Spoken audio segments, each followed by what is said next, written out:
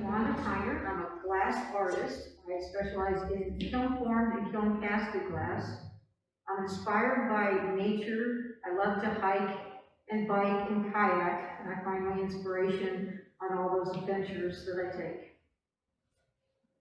I got started and made this list of things I wanted to learn. I wanted to learn some new creative mediums, and we had collected a lot of glass art on our travels over the years.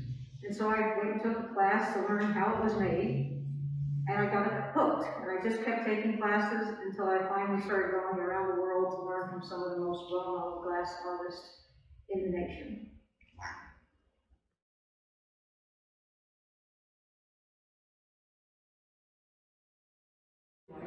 One of them is putting together different colors and combinations, and then letting it flow in the kiln. And when the kiln gets up to about 1700 degrees, I open the kiln, properly attired, and I move the glass around to create swirls and flow, and get the design that I want out of the glass. The other technique I like is called kiln casting. There I make a mold, and I mix the glass and create an effect, and the mold essentially is a one-time mold.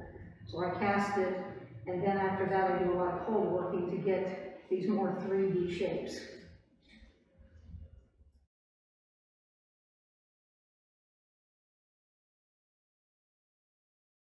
With nature, it's on fire with sunsets and sunrises, and just the beauty of the colors in the fall, and they're all very vibrant and colorful. And then you take a kiln, which can heat up and manipulate glass in various ways.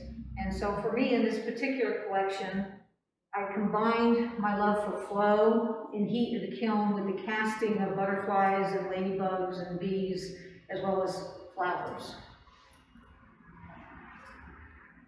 The background is made by me putting in this particular piece, mostly yellows, whites, and a few other colors, and lining them up such that they flow into the base, and then I get in the kiln to 1700 degrees and move it around to create those swirls to resemble a bloom of a flower. To make the butterflies and the bees and the ladybugs, I make molds, and then I cast glass into those to create the colors and everything that I want. And then it goes into the kiln, and when it comes back out, I have to break the mold off of the glass and then do cold working to make it shiny and put it back in the kiln for a fire polish. Now, to make these particular patterns, I actually flow the glass into a thick shaped dam, and it becomes very, very thick and big. And then after it's formed in the kiln, I manipulate to get the swirls and the colors, but then when it comes out of the kiln really thick and big, I take it to a tile saw and slice it up very, across that. And then as you lay down each one, they match up pattern-wise, and then I figure out what it should be once I see those patterns.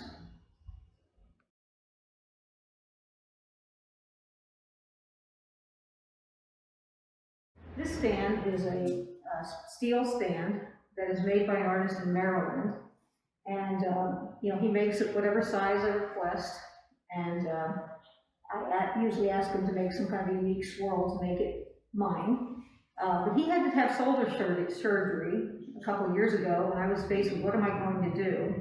And I spent some time contemplating how could I make my own stands, and that's when the glass stands came to be. The way I make them is I lay it out.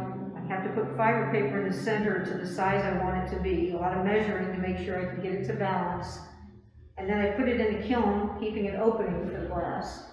And when it comes out, I make sure it's going to fit perfectly with the art, and I can do some cold working to make that happen. And then I do a kiln forming over a mold to create the shape, the height that I want. So you can tell they're all different heights depending on how I want that to turn out. In my determination to figure out how I wanted to hang glass art on the wall at galleries who require you to have a wire, I was looking for different options. I can frame the glass, but to me it limited me because, as you can tell, I like to do not normal shapes of my glass. And I came across an artist, a metal artist, who was able to make this brushed stainless steel, and she welds. And so we came up with a system which she welds these cleats on the back. And what that does is allows the art to lay flat on the wall. There's no tilting of the art when it's done. I can then wire it in the back for the galleries, and then I can either silicone the glass directly to the art like this piece is, or in these other pieces I've used standoffs in which to allow the reflections of the glass to shine through.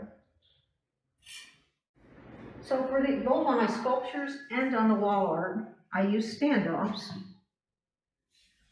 So I glue a piece with two-part epoxy that's made very specifically for glass and is intended to actually be on the wall if you want it to hang screwed on the wall, but also makes these nesting ones that I use glass to glass. So one piece is on this glass, one piece is on that glass, and it just slides into place. And that allows it to not only stand away from the background, but also to create reflections from that standoff in the back, but also as you're transporting or shipping or moving around the art, you don't have to worry about these parts that are sticking out because they come off, and then you put them on once you have it where you want. Sometimes I use rare earth magnets, especially for the smaller pieces. Rare earth magnets are very, very magnetic, and they really stick well. And the benefit of that is there's the ability to have a little more creativity on the angle you want the art to show.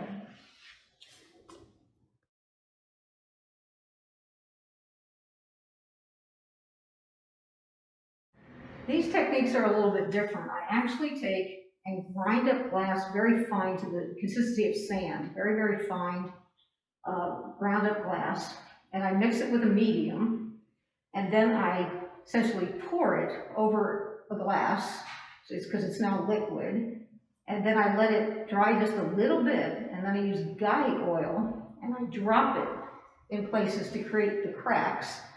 There's only a little bit of the cracks, it's more flowerette by then, and then I put it in the kiln, and the kiln makes, depending on the temperature I use, it continues to make those cracks to create that interest in the glass. When I make the trees, first I create the background, and I fuse that so it's smooth and rounded edges, and then I create the tree trunk and the branches by cut pieces of glass, and then I'll tack fuse that just so they're lightly attached. And then all these little additions are different layers of me breaking glass down into little bits of different sizes to create the texture, and building that texture up with multiple firings in the kiln until I get the depth I want. And there's this interesting rocks that I put on here, and these are glass, but I actually, when I grind my glass in the grinder, I get the glass dust buildup in that, and I scrape that up, and because it's mixed with lots of different colors, it turns brown, and I can create rocks. Thank you for listening. You can come by the gallery here at Kansas City Artists Coalition at 32nd and Gillum from 11 a.m. to 5 p.m. Wednesday through Saturday. You can also visit the website at kansascityartistcoalition.org where you can shop online.